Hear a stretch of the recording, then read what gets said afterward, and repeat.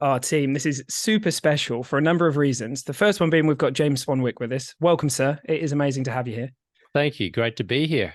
Yeah, dude. And I was just saying to you before we hit record that this is really special for me because going way back, about 8 years ago, I had like a list on my computer of inspirational videos that I used to go back and watch again and again. And a few of them were yours. And it was particularly helpful for me in and around socializing alcohol free and all of this stuff. So this is a personal like thank you from me to you for coming on the show. And it's really cool like that's the first time I met you.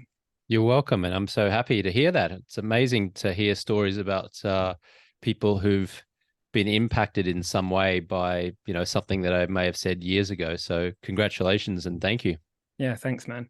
Well, dude, in the last 8 years, so much has changed. I mean, back then, Quit Lit was kind of bursting onto the scene. There was a lot of kind of more of this kind of conscious drinking, moderate drinking, and drinking less. And I think a lot has changed. And I know that you've impacted and helped tens of thousands of people to either reduce their drinking or stop drinking. Many high achievers, many people working in business. You're an entrepreneur yourself. We're going to talk about some of the amazing things you're up to with sleep and your kind of blue light blocking glasses. But what an amazing thing, right? The last 8 years have been pretty mad in this world. Yeah, I mean, without blowing my own trumpet, so to speak, I think in hindsight, I look back and I would say that myself and a few other people were pioneers almost in terms of feeling comfortable enough, confident enough to go on social media and say, hey, we don't drink and we think this is a preferable way to living an alcohol-free lifestyle. Because at the time, there was a lot of shame around drinking. There still is. There's a big stigma around it. And so I think, again, if we look back to 8 years ago, I was willing to put myself out there and just say, hey, I don't drink, and here's why I think you might want to have a better relationship with alcohol. And even then, I must admit, I felt awkward about it. I wouldn't say that I was super comfortable talking about my alcohol-free journey or proclaiming that I was alcohol-free. But fast forward 8 years later, and now there is just a huge amount of alcohol-free alternatives on the market. People are now becoming what's been referred to as sober curious. Alcohol's reputation is crumbling. Millennials have never drunk less. People are really starting to poke holes in this story that alcohol is something to be desired and something fun and something beneficial. Because the reality is, in my view, and certainly it's an increasing view that I'm seeing across all societies now, alcohol is simply attractively packaged poison. And you can have a wonderful life filled with fun and adventure, excitement, and socializing, being alcohol-free. And I think that's what we're seeing now, a real cultural change. Yeah. And it's such a different message. It's, I think for so long, some of the kind of old school ways of stopping drinking, a lot of people felt that they weren't really free. They were kind of mentally still trapped in this world, and they desperately, although they're no longer drinking, but they didn't truly feel alcohol free. And I think this kind of new movement is at the centerpiece of it is truth, which is amazing because we've actually got reality on our side, which is profoundly cool because we don't need to bullshit people. We don't need to like overplay how great it is. Like it is true. It's amazing to live that life that you're talking about. And, yeah, I think so, man. I think you were there at the real birth of that as a message. So, yeah, I know many of our listeners will want to thank you for that as well. Yeah, thank you. I think you said the word facts or truth there. What's really interesting is new studies that are coming out, which actually really demonstrate the negative consequences of alcohol. The most important study, I think, that's come out in the last 20 years was in 2022 out of the UK. And they did a study of 35,000 middle-aged adults. And what they did is they tracked the effect of one drink per night, one seemingly innocent drink per night, 7 standard drinks a week on the human brain. And what they found is that even one drink a night is enough to destroy gray and white matter in the brain. Just let that sink in for a moment. Just one drink per night, whether it's a glass of red wine, a glass of white wine, a beer, whether that's you don't drink Monday through Friday, but then you drink a few on Friday and a few on Saturday and one on Sunday, however way you have 7 drinks per week, that's enough to destroy brain matter. In other words, brain degeneration. And I think when we really let that sink in and we understand that and we dig into the science of that, it's tough to look at alcohol through the same lens again. It's tough to look at it at anything but a detrimental substance to our quality of life. Now, I can tell you from getting thousands and thousands of social media comments and messages over the years, especially from what we might call trolls, people who are quite aggressive towards this messaging, that the case for the defense is, oh, but those studies that came out that showed a glass of wine per night is good for your heart health. Now, the thing is, those studies have been debunked so many times over the last 30 years. I mean, it's 2023 as we're recording this. We've got some new up-to-date latest science. Like, we have some new technology that really shows us what's actually going on. And all of the latest studies demonstrate that there is zero benefit to any amount of alcohol. So, you know, this is not my thought. This is not my opinion. These are just facts, and I'm just the deliverer of these facts. Yeah, man, I love that. Me and Ellie recorded a podcast a couple of weeks ago, basically talking about how, you know, we don't really believe that we need to demonize alcohol or hate it or any of that. Just tell the truth. It's just the story is so wonky that just in getting the actual truth out, like we're talking about here, that's it. I mean, I don't think we're going to live in an alcohol-free world, or that, you know, I hear these conversations and I see these conversations about, oh, alcohol should be illegal. And people are obviously very welcome to opinions and things like that. But honestly, I think if we just look at the truth of what's happening and look at the story that we've been running about alcohol for decades, and so much of it's invisible. What I love about what seems to be happening now, James, is that we're making it visible.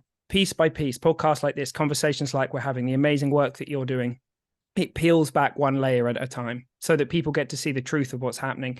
Because any other drug with the amount of kind of clothing and invisible story around it, we would be question, you know, we might not question many drugs that we question the use of in our society. And it's happened so slowly over such a length of time that so much of it's invisible. So I don't know what you see your role in this as now, but yeah, how do you see it? Is that in alignment with how you see what you're up to? Yeah, well, look, just maybe a little backstory to create some context. I stopped drinking in 2010 for lifestyle reasons. Now, I wasn't getting arrested or waking up in a ditch. I wasn't doing shocking, embarrassing behavior that led to me going, oh, geez, I've got to stop drinking. What it was is that I was a socially acceptable drinker from my late teens until I was 35 years old. And by socially acceptable, I mean I would drink a couple of drinks most nights of the week. And on the weekends, I would drink more than that, right? So a glass of wine here, a couple of beers here, maybe a gin and tonic, you know, like just I wasn't getting drunk, or rarely getting drunk is probably more accurate. I was just a socially acceptable drinker. But I got to 35 and I woke up one morning and I just felt blah, like a 6 out of 10. I had low energy, wasn't sleeping great. I looked weathered in my face, like I had visible signs of aging, which I thought was too much for a 35-year-old. I was carrying some unwanted belly fat. Mm-hmm. I just felt like a 6 out of 10 in all areas of my life. My productivity was a 6 out of 10. My relationships were a 6 out of 10. And I remember I woke up, I was in Austin, Texas at the time. I was at that year's South by Southwest Festival, which is an annual festival they have there. And I was in a hotel room and I looked in the mirror and I went, oh man, I think it's time for a break. And then I went next door to the hotel where I was staying and I went into an IHOP, which is an international house of pancakes. It's like a fast food kind of breakfast lunch place over in the US. And I sat down and I was like, what am I doing in an IHOP? Like, what am I doing here? And I could taste the gin and tonic on my mouth from the night before. Again, I'd only had 2 gin and tonics. Didn't get drunk. It wasn't really a hangover. It was more just like, ugh. And that's where I said, I'm going to stop drinking for 30 days and see what happens. So I did. I stopped drinking right there and then for 30 days. I lost 13 pounds of fat in those 30 days. It just fell off me. I slept better. I looked better. I started to socialize in a different manner. I realized that the conversations that I was having with people had more depth to them. They were no longer just surface level and trivial. I joined a gym, just did some very basic introductory kind of like workouts. And I noticed I just started to feel really, really good. And then noticeably at that time, I also auditioned to become a television host on a pretty iconic sports TV news show over in America called SportsCenter on ESPN. And to my utter bewilderment and amazement, I got the job. And so I was like, wow, in 30 or so days here, I've lost 13 pounds. I feel great. My relationships feel better. I've landed this dream job that I never in a million years thought I would have got, which I attribute in part to the clarity and the focus and the energy that I got from being alcohol free. I thought I'll just keep going. And so I did. I just kept going and going and going. And I kept getting more evidence that living alcohol free was better and fun and looked better and had more energy.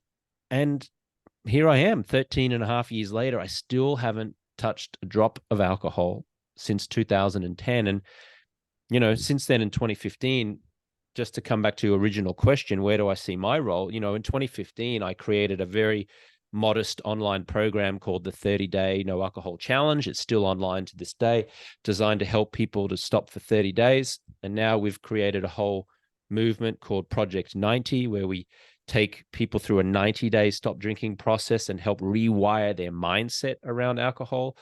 And people go through that program and that process as clients. And then just for public facing, you know, on my Instagram and my TikTok and YouTube, and we you know, I really do just present science about alcohol and present motivating stories about people living an alcohol-free lifestyle.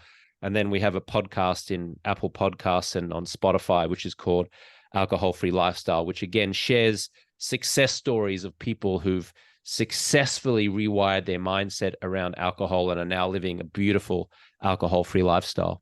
Oh, that's cool, dude. Man, and it doesn't matter like what age you are. I think I was 26 when I started this journey. Everyone around me was drinking. And I'm just so glad.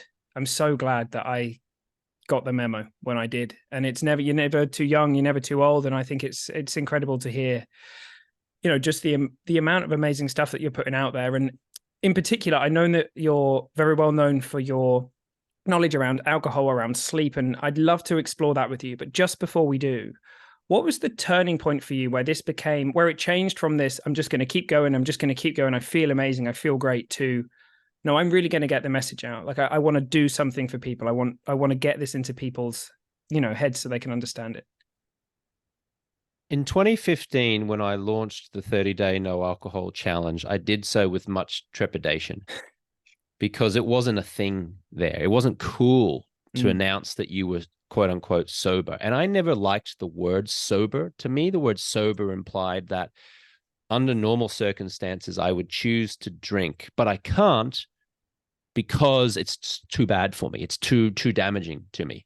So I never resonated with that word. And so even when I launched the 30-Day No Alcohol Challenge, I was very precise about not using the word sober. I was like, gee, shocks, kind of, you know, if you want to just cut back, maybe stop for 30 days, maybe you might want to try this 30-Day No Alcohol Challenge, but it's all right if you don't want to. It's okay. Don't worry if you don't, you know, if you want to keep drinking, it's fine.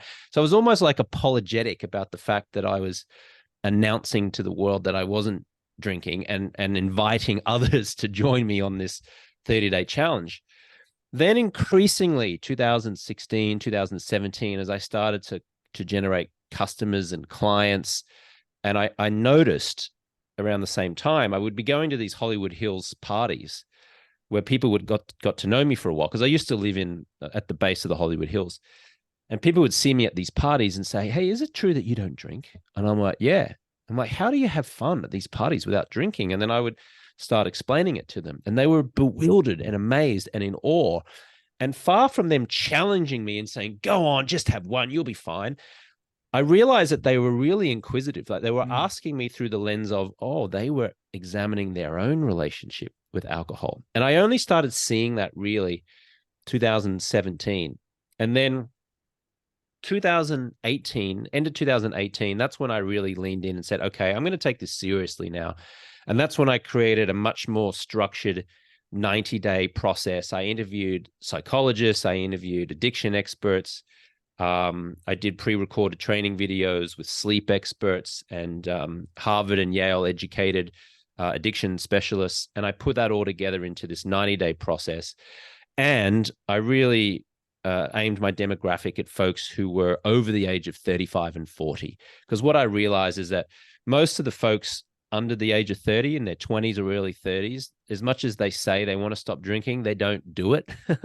That maybe they've just got too much life ahead of them and they're like, oh, I'll kick the can down the road and do it later.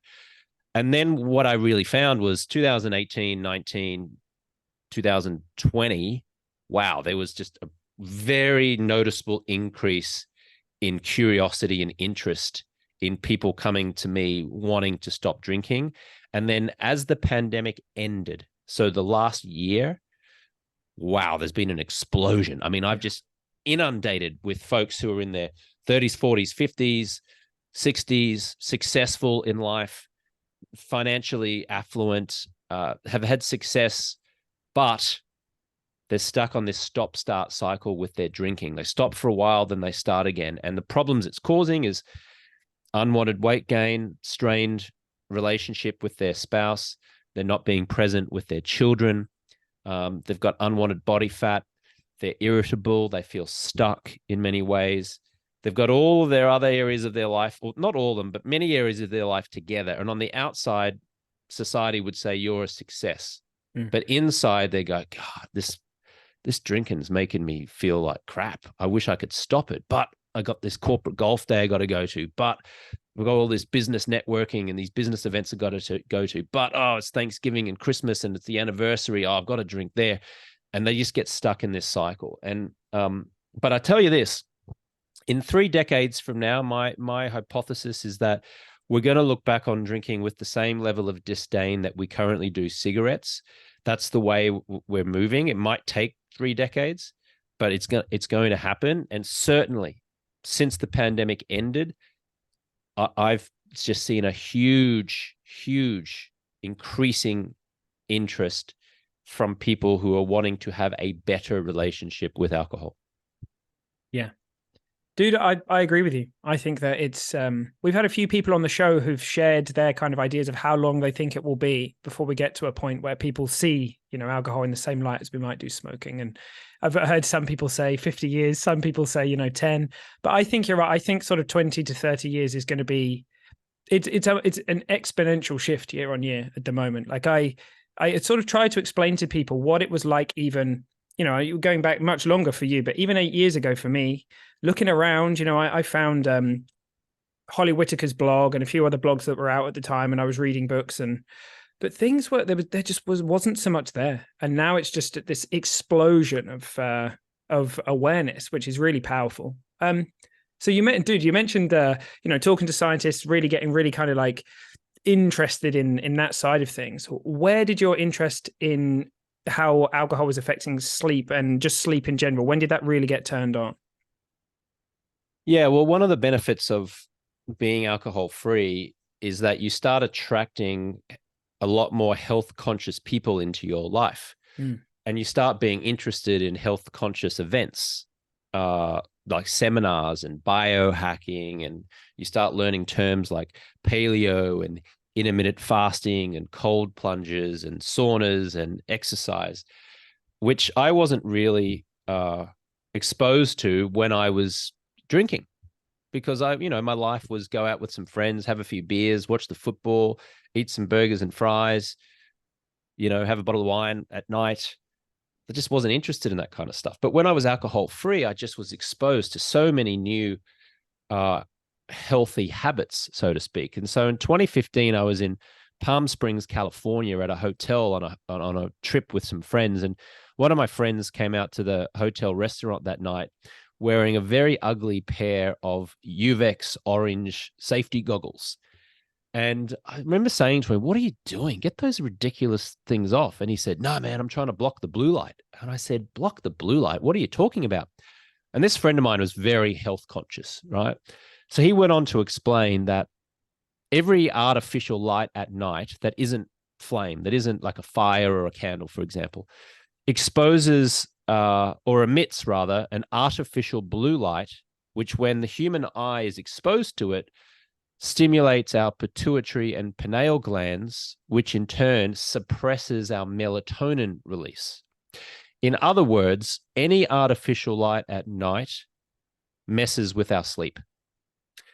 So his response to that was to wear a really ugly pair of Uvex safety goggles to dinner at a very nice hotel restaurant. And I thought, well, damn it, I'm not going to do that. I'm just vain enough that I want to look cool and hip if I'm going to protect my eyes from the blue light. So I actually went back to Los Angeles, where I was living at the time from this Palm Springs trip. I dug into my closet and I retrieved a pair of ski goggles which had an amber orange tint to them, which I used to use annually at the Sundance Film Festival in Park City, Utah, when I would go skiing there. And I started watching reruns of this TV show called Mad Men on AMC. And I would watch the show through these ridiculous looking ski goggles. And what I found was that, wow, I actually did feel sleepier quicker. And when I ultimately removed the goggles, turned off the TV and went to sleep, I realized when I woke up the next morning, I did fall asleep quicker. And you know what? I did feel like I slept deeper. So I was bought in on the idea that blocking artificial blue light does help you with your sleep. Again, the problem was you have to look like a meth chemist in order to block the blue light. So I decided to create a sexy or a somewhat stylish pair of blue light blocking glasses. And that's what my brother Tristan and I did in 2015. We created a pair of glasses which are now have become affectionately known as Swannies from our sleep company, which is called Swanwick Sleep. I'm wearing a pair of our orange lensed blue light blocking glasses right now as we speak. You can see that the orange lens blocks the artificial blue light. No blue light is getting through. Cool. And then I'm able to, at least if I'm wearing these at nighttime, I'm able to then prepare for sleep. My body starts to get ready for sleep. Melatonin starts to be released. So ultimately, when I remove the glasses, I can fall asleep quicker, sleep deeper, and wake up feeling much more refreshed. So that's how the company came to be. We've been going 8 years now.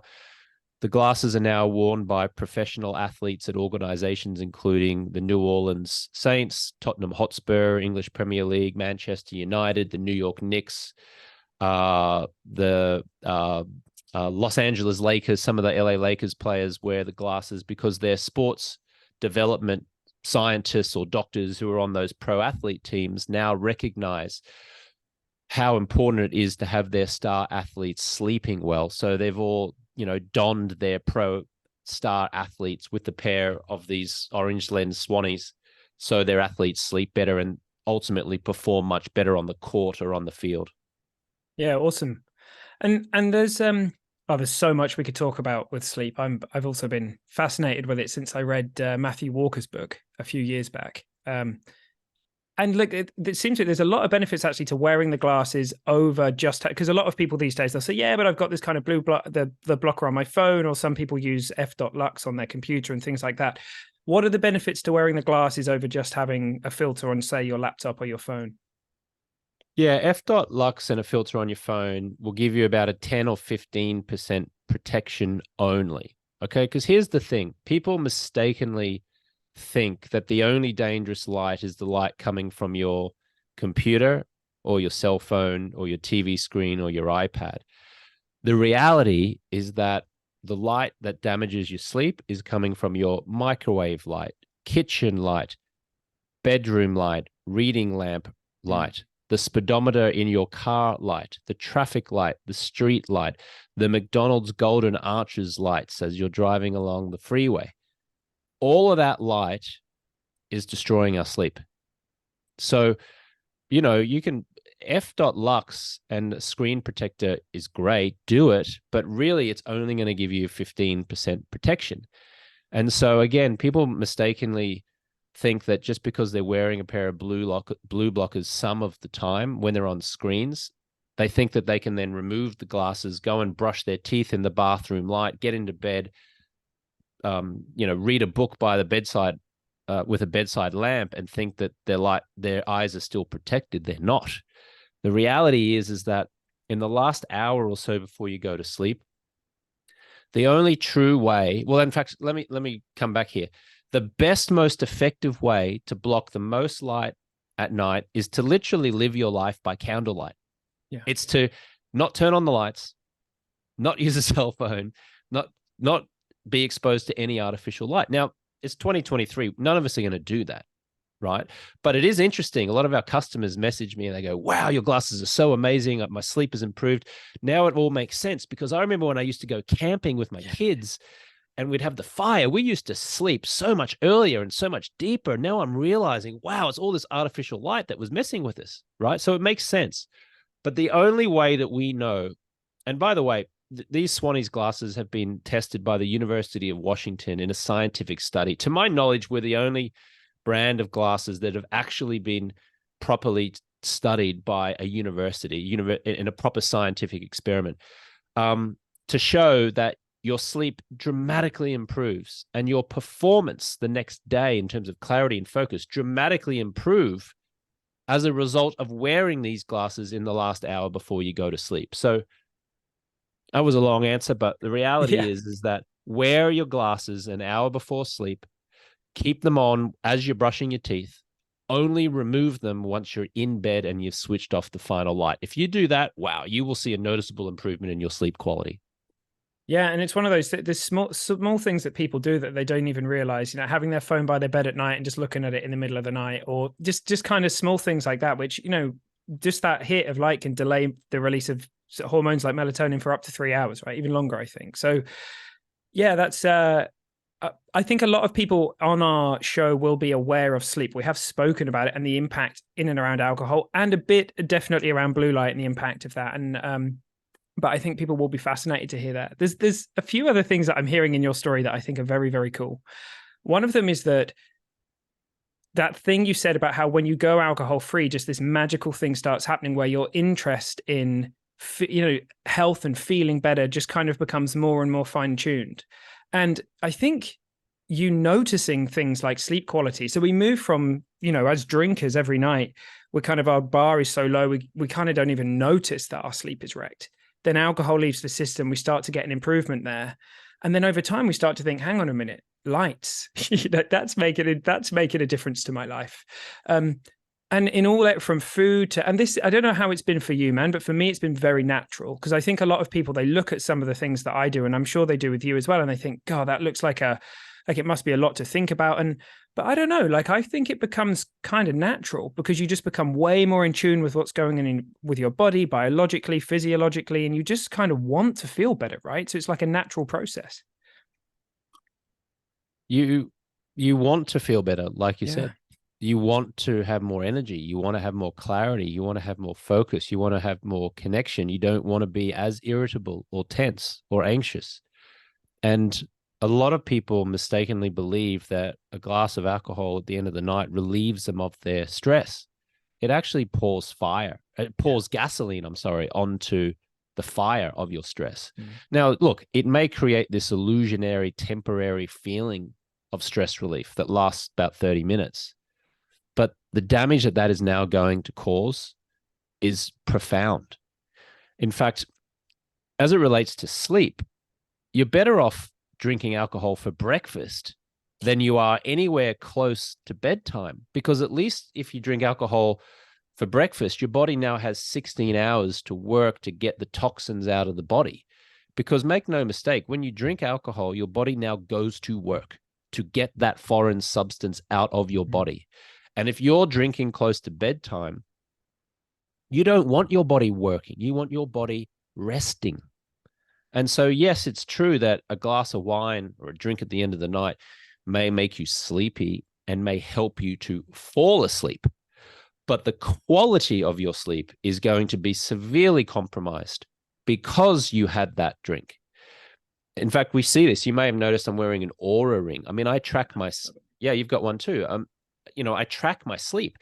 I have my clients who we help to stop drinking and who we help to sleep better to track their sleep quality a week or so before they join our 90-day stop drinking process. And then in the weeks during our 90-day process, you should see the results they text through to me. It's unbelievable. Like the sleep quality was average to crap, excuse my language, You can when swear they as were much as you drinking. like. Yeah.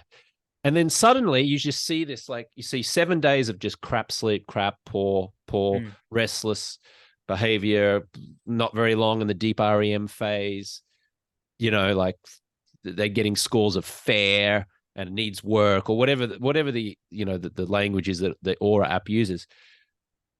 Then a week into them stopping drinking, all of a sudden you see this, oh, look, wow, now you've got a 75 score. Oh, you got a 78 score. Now you got an 82 score. What? Yeah. Wow, you just got your sleep is now good.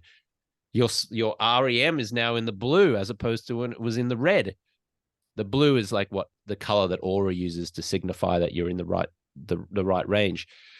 So, don't take my word for it. I mean, you should treat everything I say with equal skepticism as you do anyone who's sprouting off this stuff. But yeah. I'll tell you this, when you just track yourself and you look at your own metrics and, you know the truth.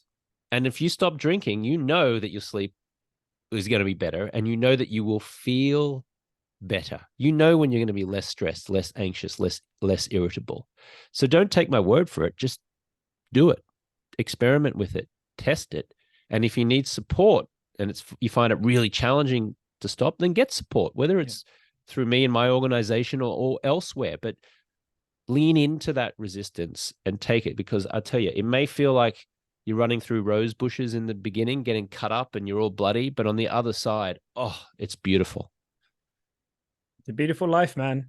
And I know a lot of people for whom tracking, various different kind of metrics, they would put it down to a large piece of what actually helps them find freedom. Because to see it just objectively in front of you without anything, you can't create a story to deny it or any of that stuff. You've got it there. And it's really powerful for anyone who is still drinking and is going to go on a 30-day journey like they might do with you or, with what me and Ellie do or whatever.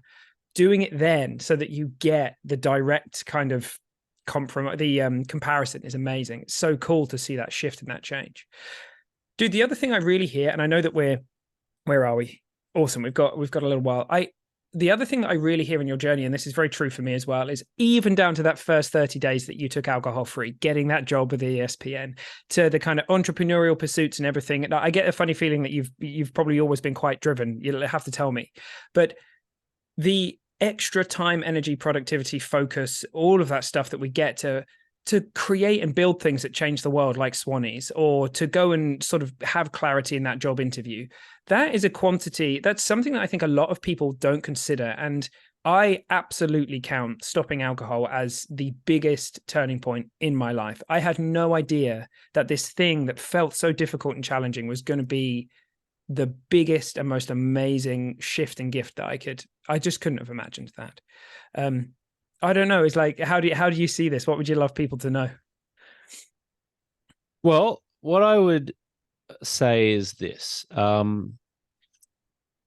Stopping drinking has had a profound impact on my life, and it seems to have had a profound impact on the lives of all those who I know have also stopped drinking. So anecdotally, I can share stories of people who stopped drinking and saved their marriage. They stopped drinking and they made $250,000 more in the course of 3 months because of the clarity and focus that they had in their business. I had a gentleman from the UK, his name is Christian. His wife sadly died of cancer, and he was drinking way too much from his grief. He joined us in our 90-day process, stopped drinking, and as a result of that, he decided to cross off an item on his bucket list, which was to sail across an ocean. And so as a great tribute to his late wife, and through motivation and the clarity and focus that he generated from being in our 90-day stop drinking process, he sailed from the west coast of Africa over to the Caribbean on a 17-man crewed boat. And that was a profound experience for him, as a testament to his wife, tribute to his wife, I should say. And again, to knock off a really big thing that had been hanging on his bucket list for 50 years. He's in his late 60s. He committed to doing this when he was a teenager, and he hadn't done it. But as soon as he stopped drinking and he had that clarity and that focus and that drive and that motivation, he did it. I mean, I can speak just for myself. Since I've stopped drinking, if I look at it from a financial point of view, I'm not so much interested in how much money I've saved from not buying alcohol. What I'm more interested in is how much I've generated as a result of the clarity and focus from not drinking alcohol. And I can say, in terms of sales, we've done upwards of $25 million in sales across a couple of my businesses. Now, I don't want to create the illusion that I'm got $25 million in the bank. There's a difference between sales and the income that you derive from that. But that ain't nothing. That's a lot. And I tell you, I would not be able to have generated that if I was still foggy and distracted and irritable from drinking. So for me, I go, well, I stopped drinking. What happened? I got the body that I think nature intended me to have. I don't have a six-pack abs or anything like that, but I'm strong. I'm healthy. I feel good. I look the way that I think nature intended me to look, and I'm good with that. My relationships are solid, more depth to them. My conversations with my father are now enriching and filled with beautiful, deep conversations, whereas when I was drinking, they were just surface level and trivial, right? And then I look at the impacts that I've been able to create in the world. Isn't it amazing that I'm even being interviewed by you on this podcast of yours right now? Because just by me choosing not to drink, you're now, giving me this platform to be able to share my story, which I hope maybe inspires a handful of people to rethink their relationship with alcohol. The fact that you very kindly said to me that you saw a video of mine 8 years ago, and that was helpful to you to choose, have a better relationship with alcohol. Wow, look at the impact that had just from me sharing that with you. So, when listeners here are thinking about this, I just invite you to think about what impact could you having a better relationship with alcohol have on not just your life, but your loved ones, the people around you, your family, your friends, your colleagues, your boss, your acquaintances. Because look at this. Sam felt impacted by me 8 years ago, and now I'm having an opportunity to impact others, and maybe you as the listener are being impacted by this conversation. So it's a beautiful thing. It sure is, man. And the alcohol-free family, there are some incredible people in this community. And to walk into somewhere where there's just so many people doing so many amazing things and so many thought leaders. And this is something I often say to people is go and look at a lot of people, because there are a lot of people who are at the, at the peak of business and different things who are still drinking, but there's many people who aren't. There's many people who've seen for themselves insightfully, this isn't helping me. This isn't helping me at all. And I just think that the more people that we have that are putting the word out, like we both are, and yeah, you never know. You just never know. Like I had no idea to think that all that time ago when I was looking for kind of, I think as well for me, it was men as well. Like it seemed like I couldn't see that many men that were outside of the kind of traditional methods of stopping drinking. And yeah, as I say, it was really great to see you going on your journey. And I think that was before many of the amazing things that you've launched as well. So it's just incredible what can change in that amount of time. Well, dude, I can't thank you enough for coming and sharing not just your wisdom, but your energy, because it's really palpable, and it's really great for our listeners to feel that. So I'd love to give you the opportunity to just, tell our audience. I know you've mentioned many of them, but what are the cool things? What's the stuff you'd like our audience to know? Where can they find you? All that kind of stuff. Alcoholfreelifestyle.com is our website. If you're on social media, I'm at James Swanwick on Instagram. You spell my last name with a W in there, so it's SWANWICK. I'm on TikTok as well. Our podcast, which is like I said before, on Spotify and in Apple Podcasts, is called Alcohol Free Lifestyle, and you'll find lots of tips and inspiring stories there. And then in terms of the blue light blocking glasses, if sleep is your goal and you'd like to block a lot of that blue light, you can find us over at swanwicksleep.com. And we're also available over on Amazon as well. If you just type in Swanwick Sleep, blue blockers, or Swannies, as we're affectionately known, I'm sure you'll find us. Awesome. Is there anything else that you'd like to, anything else that you just feel like you're burning to say or share with our audience that you'd love to let them know? I mean, look, I've had a life with alcohol and a life without, and a life without is way better. And you don't need to feel like you're an alcoholic to realize that alcohol is holding you back and compromising areas of your life. Candidly, if someone comes to us and says, I'm an alcoholic, we lovingly send them elsewhere. Like we steer them in a different direction. What we really focus on is helping people who are not alcoholics, but they are stuck in a stop-start cycle with their drinking, where they want to stop. They've found it really, really challenging to stop. So to that type of person, I would say accountability, coaching, fun, having it be fun, having some skin in the game, and coaching and community, I should say, getting in a group of like-minded people, that will really support you in having a long-term better relationship with alcohol. You don't have to quit forever, but I will invite you to quit for at least 90 days so you can really experience the profound benefits. And I'm confident if you can get to 90 days alcohol-free, you'll probably enjoy it so much that you'll want to just keep on going. Yeah, I couldn't agree more. And the container that you do that in is very powerful. To break through a lot of those beliefs and see the truth. Awesome, dude. Well, look, thank you from me personally. Thanks for our listeners for coming and sharing. And we'd love to have you back on if there's ever anything that you're up to that you want to come and share with our audience and stuff like that. So thanks again, man. You're welcome, and thank you for having me.